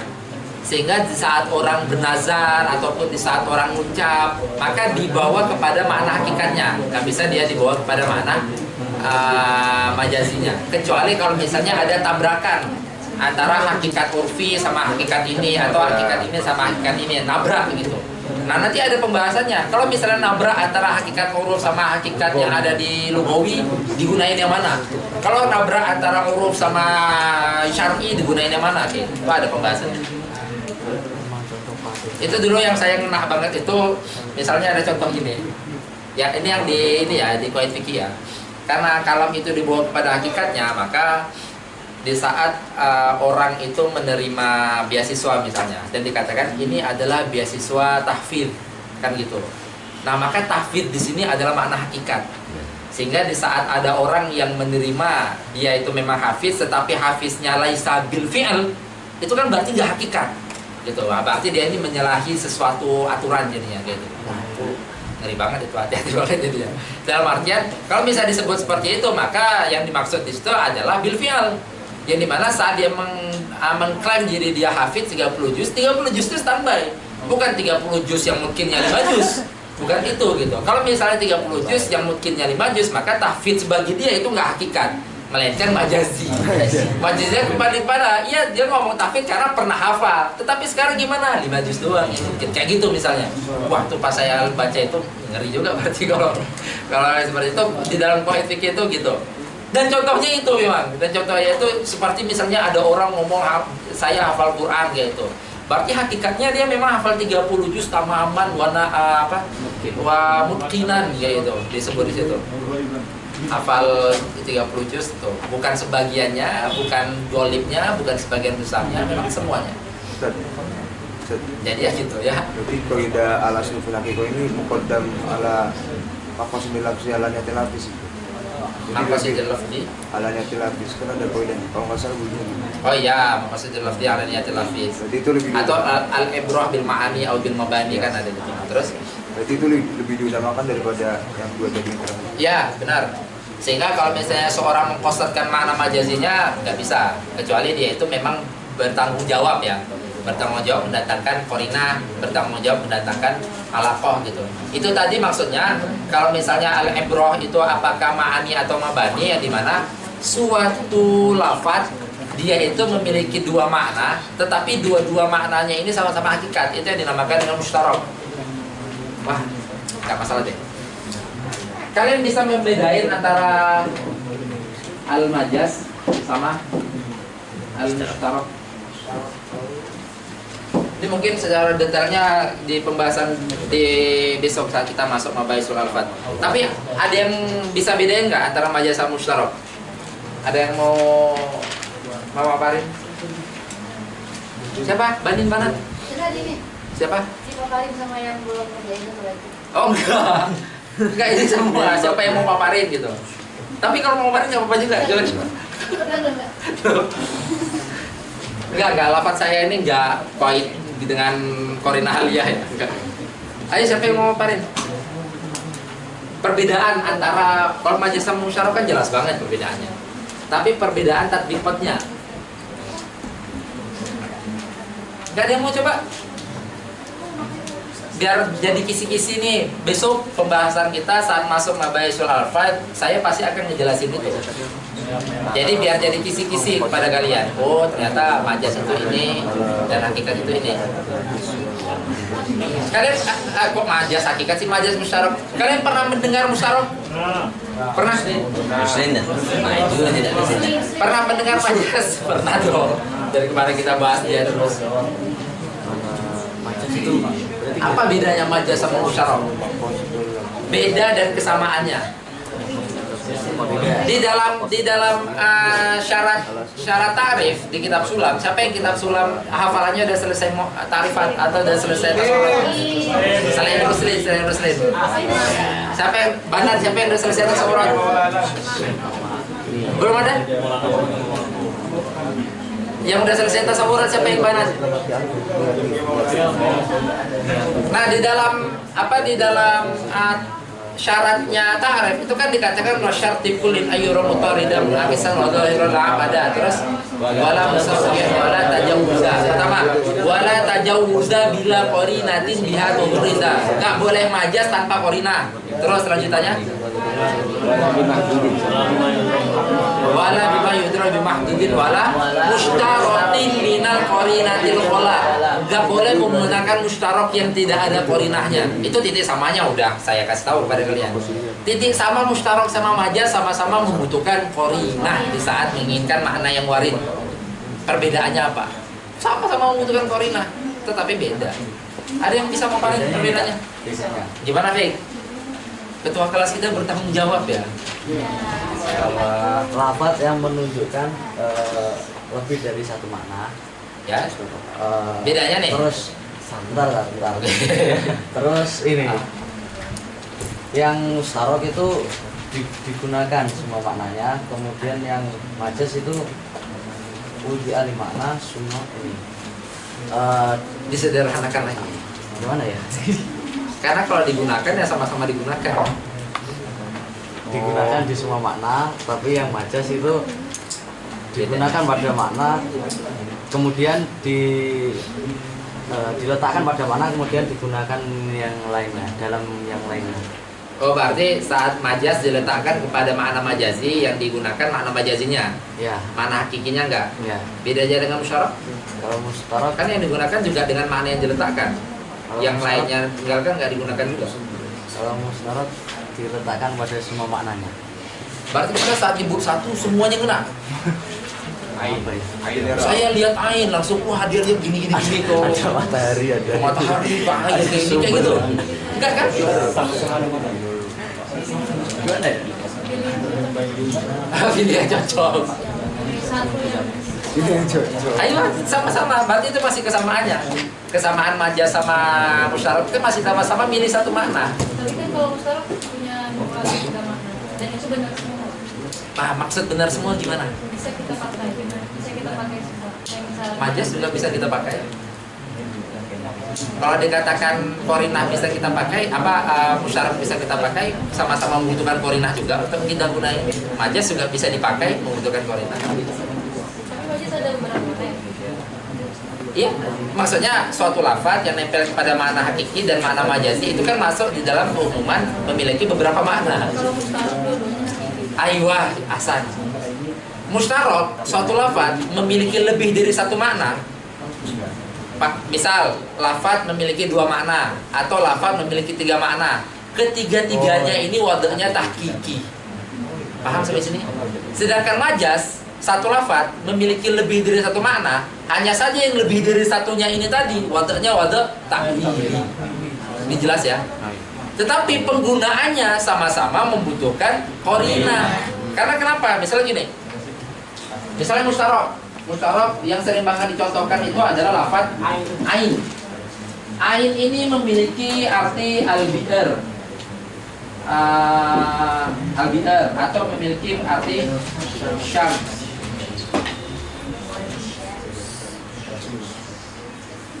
Atau memiliki arti mata, memang mata ini maksudnya ya, mata. Atau ini biar itu sumurnya dan itu berbeda dengan mata airnya. Mata, air. Nah, nanti air itu saat diartikan jasus itu makna majazi, yaitu bukan makna hakiki. Dalam artian apa? Di saat air ditembakkan ke jasus, itu berarti nembakkan maksudnya air ini, tetapi irodahnya adalah keseluruhannya. Itu masuk ke dalam majaz yang alafahnya adalah juz'iyah. Irodatul juz maksudnya mata ini irada bihi al-kul. Kenapa dia gunakan kata-kata ini? Nah, makanya nanti saat penggunaan majaz kita membentuk alaqah itu ada barometernya, dalam artian perpindahan satu makna kepada makna lainnya itu harus ada keterikatan. Sehingga kalau misalnya dia mengatakan, oh iya saya memindahkan pada makna lain tetapi nggak ada ikatan, maka nggak sah. Nah, alaqahnya apa? Ain makna ini bisa ditembak ke semuanya dan ditempelkan pada jasus. Karena jasus itu notabene-nya menggunakan mata. Itu paham ya? Mata-mata itu, kenapa dikatakan mata-mata? Karena dia memang notabene-nya saat dia beraksi yang paling digunakan adalah mata. Jelas? Persis seperti rokobah. Rokobah itu kenapa ditempelkan kepada Buddha? Kayak gitu kan? Padahal yang maksud kan leher, rokobah itu leher. Gitu. Itu kan masuk ke dalam majaz juga. Itlaqul juz wa yurada bihi al-kul gitu. Karena notabene-nya rokobah itu atau identiknya budak itu ada di lehernya. Dalam artian apa? Mereka itu diikat di sini ya. Gitu, yang diikat di sini. Makanya sampai ditempelkan, ambilkan saya leher tuh, maksudnya apa? Ya ini nanti yang ditaruh ininya, lehernya. Jelas ya? Itu yang dinamakan dengan keterikatan antara makna maudhu' lahunya secara takwil dengan makna maudhu' lahunya secara tahqiq dengan makna maudhu' lahunya secara takwil. Nah, dalam artian nanti ain diartikan jasus itu kembali kepada majaz. Ini sini dulu. Ain itu di saat ditempelkan kepada makna bi'r itu penempelannya atau itu wadahnya wadah yang tahqiq. Dalam artian ini hakikat. Begitu juga ain itu di saat ditempelkan kepada makna syams wadahnya juga tahqiq. Tempelkan kepada mata ini maksudnya itu juga tahqiq. Tempelkan kepada makna mata air itu juga tahqiq. Ini jelas ya? Sampai sini. Tetapi saat kita mau menggunakan salah satunya, itu kan berarti sama dengan kita meninggalkan penggunaan kepada selainnya. Paham sampai sini? Misalnya saya menggunakan, saya ngomong saya lihat ain, maksudnya adalah syams. Oh, berarti kan saya menggunakan ini dalam rangka saya meninggalkan ketiga yang lainnya.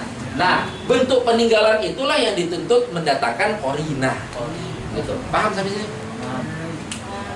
Persis seperti makna majazi dan hakiki. Di saat saya menggunakan makna majazi, itu kan berarti saya meninggalkan penggunaan makna hakikinya. Nah, bentuk peninggalan itulah yang menuntut kita harus mendatangkan korina. Karena al-aslunya itu adalah hakiki. Lantas kan kalau seperti itu berarti saat makna majazi, saat dia menggunakan makna hakikinya, itu kan dalam rangka meninggalkan juga. Jelas nggak sampai sini? Ada yang sudah jelas? Saya menggunakan lafaz rojul, asad misalnya. Nah, asad ini saya tempelkan kepada rojul biasa, rojul, hayawan muftaris, kayak gitu. Saya mengatakan hayawan muftaris. Nah, di saat penempelan lafaz asad kepada makna hayawan muftaris, itu kan meninggalkan juga. Meninggalkan apa? Makna majazinya. Kenapa nggak butuh korina? Karena itu ya adalah al-aslunya. Sehingga al-aslunya nggak perlu dipertanyakan. Makanya ada kaidah al-aslu la yus'al. Gitu. Al-aslu itu nggak perlu dipertanyakan. Jadi al-aslunya kalian datang ke Mesir itu belajar. Sehingga saat orang belajar nggak nanya kenapa belajar. Ya paham orang kayak gini gitu. Paham ya maksudnya ya? Itu yang dimaksud dengan al-aslu ya la yus'al. Itu kaidah juga. Gitu. Al-aslu itu nggak perlu dipertanyakan. Gitu. Yang dipertanyakan itu adalah khilaful asli. Tujuan datang ke Mesir, lintas negara, lintas pulau, lintas benua untuk belajar sampai di sini ikut turnamen ML misalnya. Itu baru kita tanya, kenapa kok main game? Nah, gitu. Baru ada jawaban. Oh, karena ini rehat, kan kayak gitu ada jawaban. Tetapi saat kalian melihat kawan-kawan belajar, nanya, loh ngapain belajar? Nggak ada jawaban. Karena dia menanyakan perkara yang asal.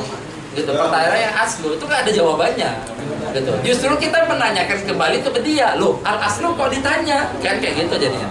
Kalau asalnya CD untuk ngegame, Luar biasa banget. nanya belajar itu. Jawaban nggak ada, itu itu khilaful asal juga itu. Saat dia mengatakan, oh memang asal saya kesini untuk ngegame, itu khilaful asal. Ada aja kayak gitu. Kerja. Nah kecuali misalnya TKI datang ke sini belajar jadi azhar, baru kita tanya, loh kok kamu belajar sih gitu. Itu baru sah, karena al aslunya dia datang ke sini memang untuk kerja. Gitu. Ya gimana Iqbal? Yang tadi al-aslu fil haqiqah muqaddamala maqasidul jalan telah disebut. Takodumnya di tomri bener. Takodumnya mana nih? Sebut takodum al-aslu ini didahulukan dari dua beda yang setelahnya itu karena coba. Oh itu walau alam, belum saya tahqiq lagi, kalau saya salah. Nah, nanti kalau saya lihat ya saya temukan jawabannya saya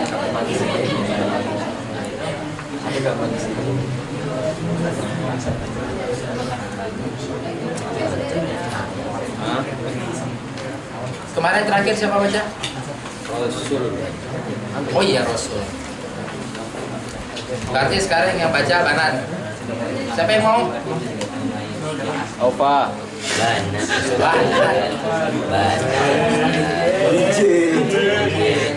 Ini Anwar mengkhawatirkan ini, mengira Aufa Banat mengerikan ya. Apakah secantik itu si Aufa? Duduknya selalu bareng gitu. Ngeri. Bagi sama. Langsung nunggu aja faktor-faktor yang membuat pengennya sama. Oke Banat, siapa yang mau? Mengerikan ini. Jangan sih. Gak jelas Ada pelangi. Pelangi di kelas gitu. Gak ada yang mau mengajukan diri. Sul, pilih siapa Sul? Waduh. 1 sampai 25 Sul. 17. Kenapa 17 tuh? Jadi utusan Rasul sampai Rasul.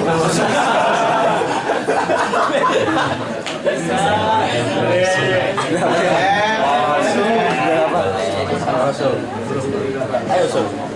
17 Rahayu Saputri. Sakit juga. Harinya nggak datang berapa? Banatnya.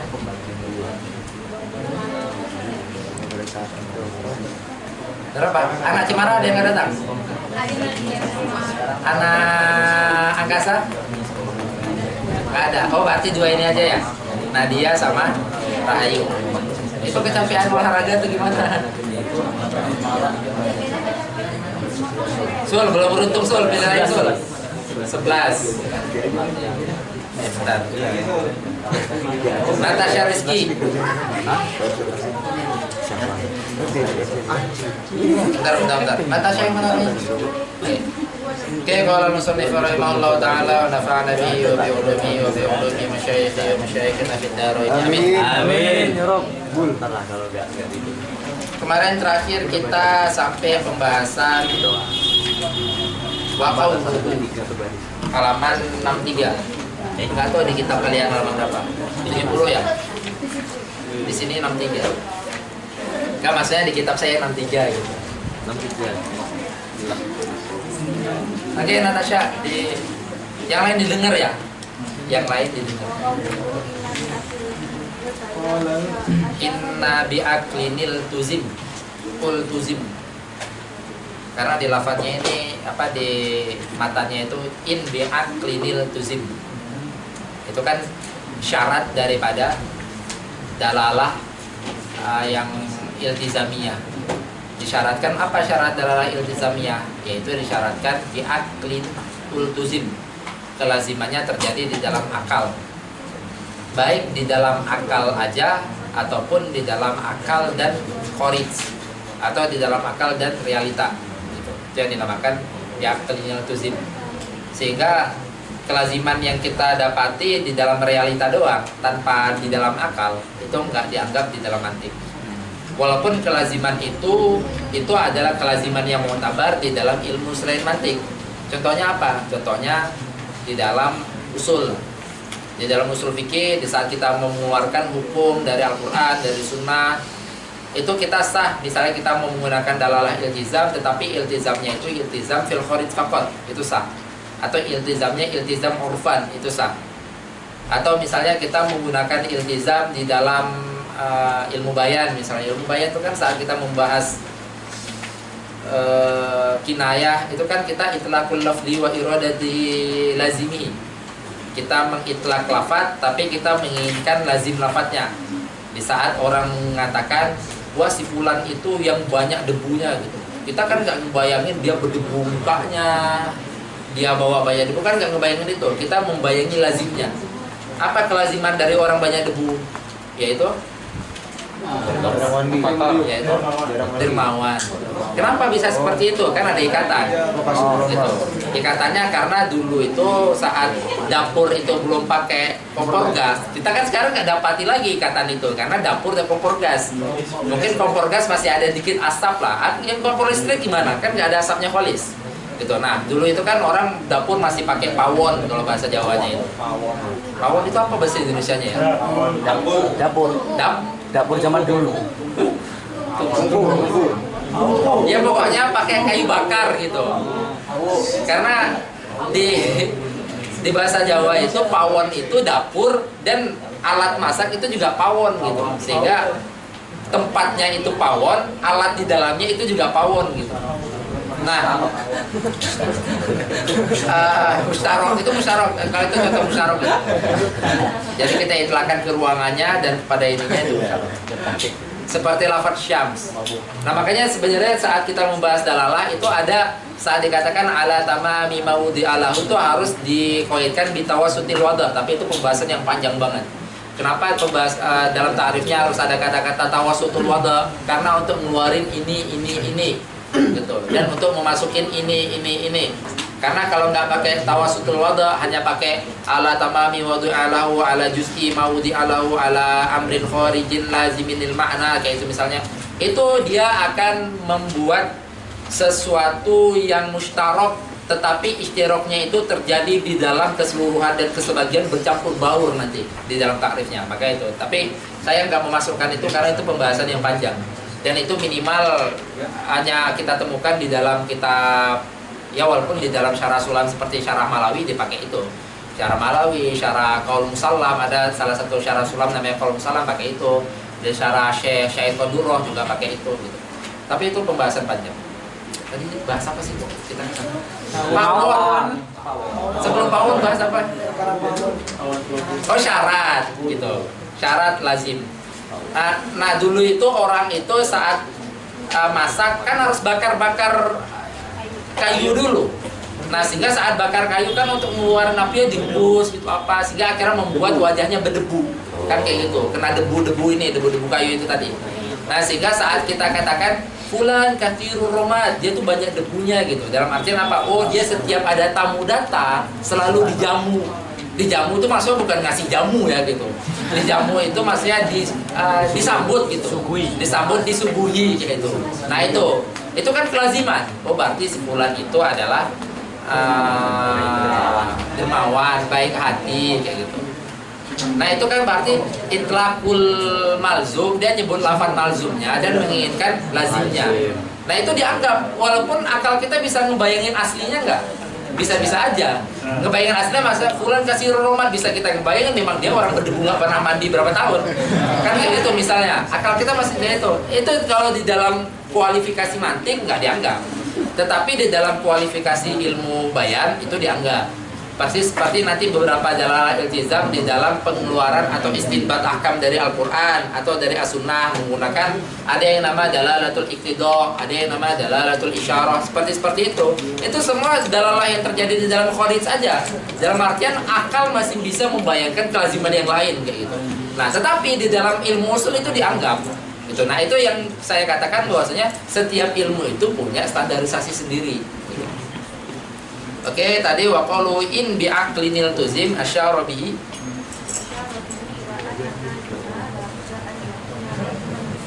Nah, itu yang dimaksud. Bahwasanya lazim yang diinginkan di sini atau dalalah iltizamiyah di sini harus memiliki keluzuman, harus memiliki lazim yang dimana lazimnya itu terjadi di dalam zihan. Baik lazimnya itu di zihan aja atau di zihan dan di kenyataan. Intinya harus ada zihannya, sehingga kelaziman yang hanya terjadi tanpa zihan itu nggak dianggap. Ini jelas? Oke, lanjut. Sawa'un la. Oke, ini jelas ya. Ini kan udah kita paparin kemarin. Terus amla kaluzumi. Nah ini yang menjelaskan luzumil basoril lama ini panjang karena butuh madkhol untuk kita memahami atau untuk kita mendapatkan kelaziman yang terjadi di saat kita katain buta, akal kita langsung melazimi melihat. Kan bingung banget. Oh ternyata bukan itu jalurnya, bukan kita memahami buta lalu oh ternyata orang buta itu bisa melihat, enggak gitu. Tetapi yushiru ala syai'in min sya'ni ayyubsar gitu. Yang dimana dia itu seyogyanya atau keontentikannya itu bisa melihat. Sehingga buta itu nggak akan nempel kepada sesuatu yang al-aslunya memang nggak bisa melihat, seperti meja, dinding, botol dan lain. Terus amma idakan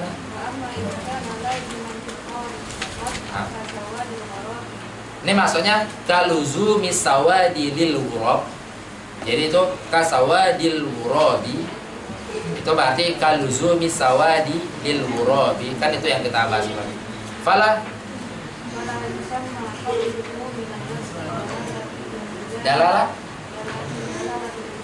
dalalatal.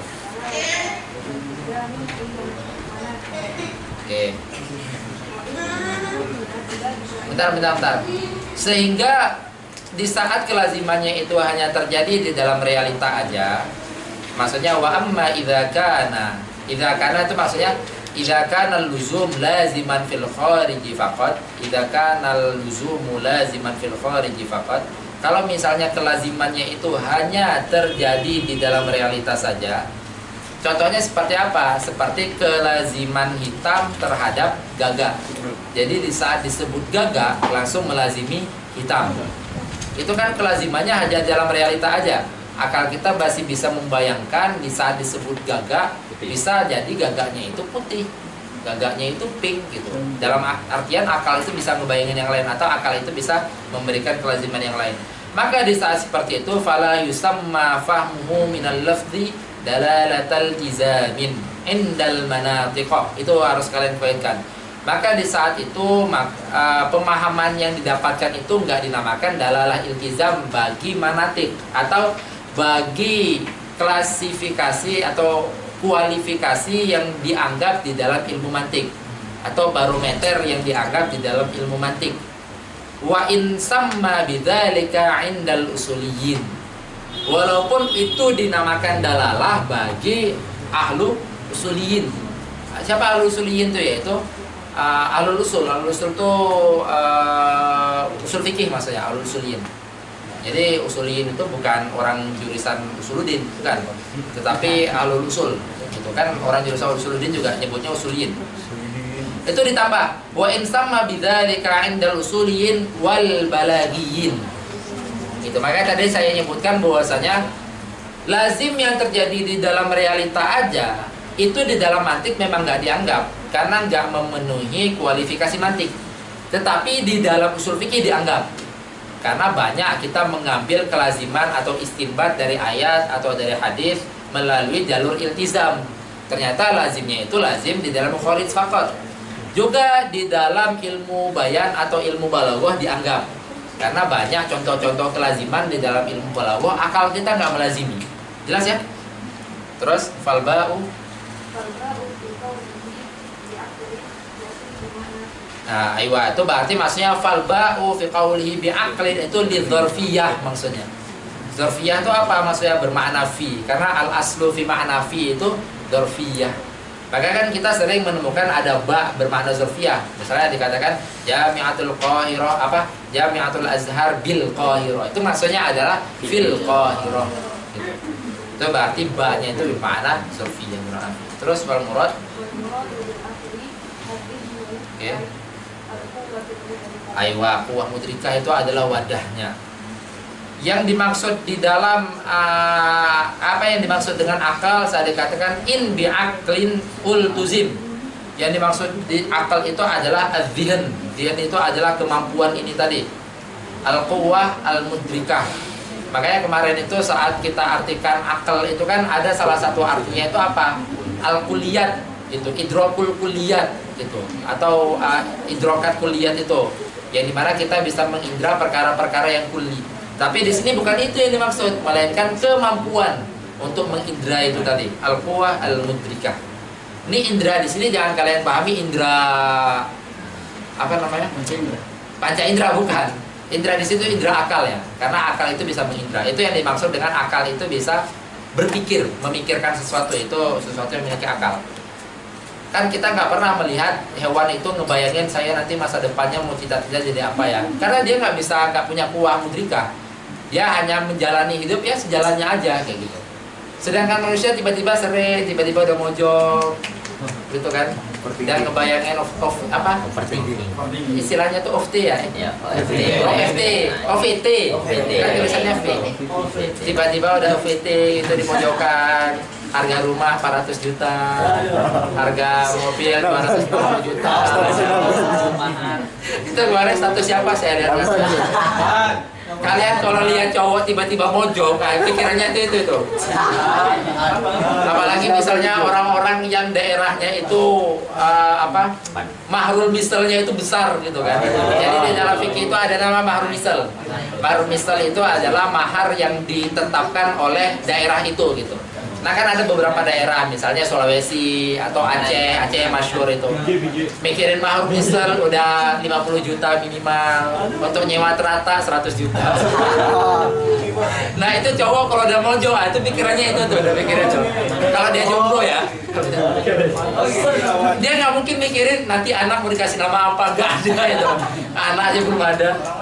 Nah itu yang dinamakan dengan indra akal gitu. Akal itu bisa mengindra itu, bisa membayangkan hal-hal itu. Kita nggak menemukan, kok kucing saya lagi tiba-tiba mojok gitu ya, mikirin masa depan dia kayaknya nih, kan nggak kayak gitu. Zikir, tiba-tiba udah megang tasbih. Itu terkaget-kaget kita dalam. Terus lanjut tumainna kullan.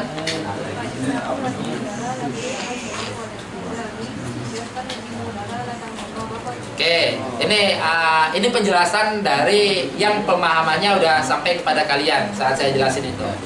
Tsumma inna kullan min dalalati tadammuni wal iltizami Masing-masing dari dalalah tadamun dan iltizam, kalau dia ada, maka melazimi pasti ada mutabaqah. Makanya disampaikan, "Tsumma inna kullan min dalalatil tadammuni wal iltizami yastalzimu dalalatal mutabaqati."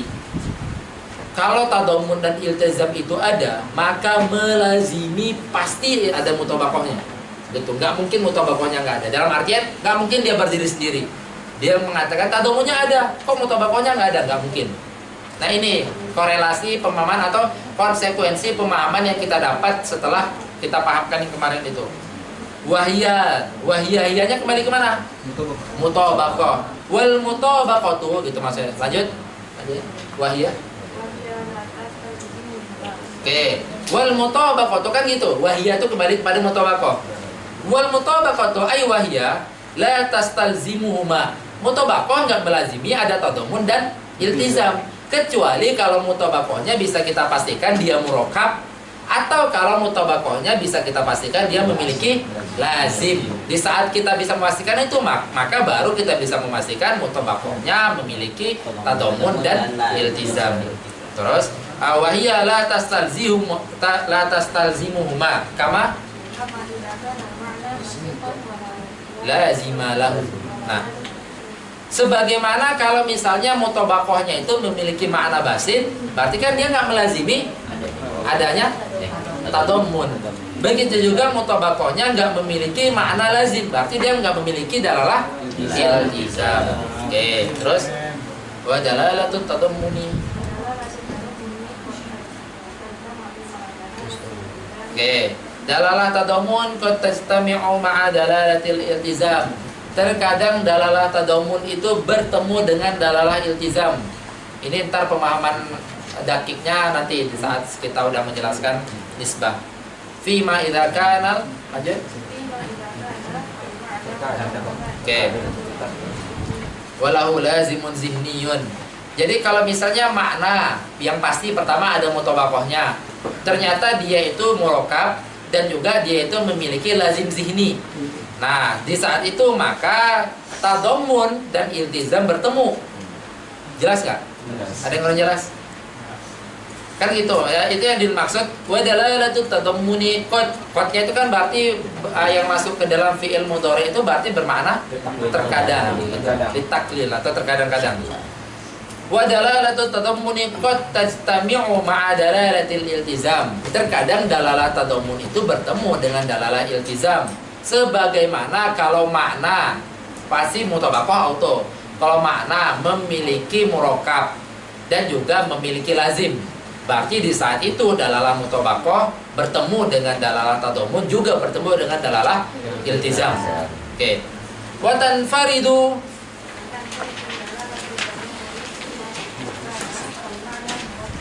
wala lazima lahu zihniyun. Dan dalalah tadamun itu terkadang ada sendiri tanpa adanya dalalah iltizam. Ini jelas ya, ini yang saya paparkan tadi ini, kemungkinan yang 4 tadi ini. Dan dalalah tadamun itu terkadang ada sendiri. Ada sendiri itu maksudnya bukan tanpa ada mutabaqah ya, karena dalalah tadamun itu auto ada mutabaqah. Karena tadamun itu melazimi mutabaqah. Dan terkadang ini maksudnya tanfaridu minal iltizam. Ini maksudnya. Wa tanfaridu dalalatu tadammuni minal iltizam maksudnya gitu. Kalian tambahin aja biar memahamkan kalian. Karena sebelumnya kita mengatakan wa dalalatu tadammun qad tastami'u ma'a dalalatil iltizam. Lalu selanjutnya kita katakan wa tanfaridu dalalatu tadammuni minal atau 'anid dalalatil iltizam gitu. Fima idza kana, kalau misalnya maknanya murakkab tetapi dia enggak memiliki kelaziman makna, maka di saat itu ada dalalah tadammun, enggak ada dalalah iltizam. Tapi mutabaqahnya ada enggak? Wajib ada. Terus yang selanjutnya wa tanfaridu. Nah, itu juga kalian tambahin biar memahamkan kalian. Wa tanfaridu dalalatul iltizami an dalalatil tadammuni gitu. Berarti terkadang dalalah iltizam itu juga bisa menyendiri, tapi menyendirinya bukan dari mutabaqah, melainkan menyendirinya dari dalalah tadammun. Fi ma idza kana al ma'na basitan. Nah, di saat mencontohkan ini, di saat menjelaskan ini, beliau bisa mengasih contoh. sesuatu yang ada apa, yang ada makna basit kan nuqtah. Nuqtah itu nggak ada lazimnya. Fima idza kana al-ma'na basitun, berarti dalalahnya auto ada mutabaqah pertama, dan dia itu ternyata maknanya basit, sehingga dia itu nggak memiliki tadamuniyahnya, tetapi dia ternyata memiliki iltizam gitu. Walahu lazimun zihniyun gitu. Dan nuqtah itu memiliki kelaziman gitu, memiliki iltizam. Nah, di saat ini ada contohnya, sesuatu yang memiliki yang masih memiliki lazim itu masih bisa kita kasih contoh. Tapi kalau dicontohkan apa sesuatu yang nggak memiliki lazim, walaupun yang ditahqiq bahwasanya ada sesuatu yang nggak memiliki lazim, tapi nggak perlu ada contohnya gitu. Ala kulli hal bahwasanya mutabaqah itu nggak melazimi iltizam gitu. Ya saat membantah kalamnya Imam Ar-Razi itu, karena Imam Ar-Razi mengatakan bahwasanya semua dalalah itu memiliki iltizam, kan kayak gitu. Minimal kelaziman dia bukan selain dia, jelas ya, minimal dikatakan. Nah baru nanti dibantah, oke itu memang kelaziman, tetapi kan itu bukan lazim bermakna lafaz, itu lazim yang mu'tabar. Ya udah coba kasih contoh, nggak kita temukan contohnya di mana-mana nanti. Sesuatu yang tidak memiliki lazim gitu, nggak kita temukan, susah banget contohnya. Lazimnya nuqtah itu apa? Ah? Lazimnya nuqtah. Lazimnya nuqtah ini juga nggak dipaparkan di sini. Yang penting dia punya lazim, itu aja dikatakan. Betul. Yang penting dia punya lazim, masih kekeh pokoknya dikatakan nuqtah ini masih punya lazim. Lazimnya nuqtah itu ya salah satunya dia itu adalah anggotanya jauhar, simpel. Karena nuqtah itu masih masuk ke dalam jauhar, walaupun jauhar farad. Oke, hadza wallahu taala alam. Kita tutup dengan kafaratul majlis. Subhanakallahumma wa bihamdika asyhadu an la ilaha illa anta astaghfiruka wa atubu ilaik.